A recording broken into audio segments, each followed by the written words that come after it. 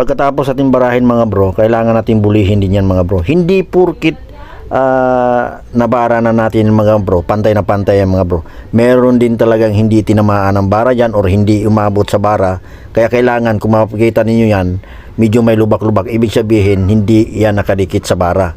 Kaya obligado nating dagdagan yan pagkatapos ating bulihin. Kasi once na magbubuli tayo mga bro, kailangan makikita mo talaga dyan kung alin yung lubak o kung alin yung malalim. Yun ang ibig sabihin nun mga bro. Yan, nakikita mo naman yan, merong malalim-lalim pa. Kaya dadagdagan natin yan bago natin yan siya puruhan mga bro. Ganyan lang yung trabaho natin dito mga bro. Hindi wala naman tayo, hindi rin tayo perfecto, pero ugaliin din nating magtrabaho ng maayos mga bro. Meron din kasi yung ibang nagtatrabaho, hindi naman lahat.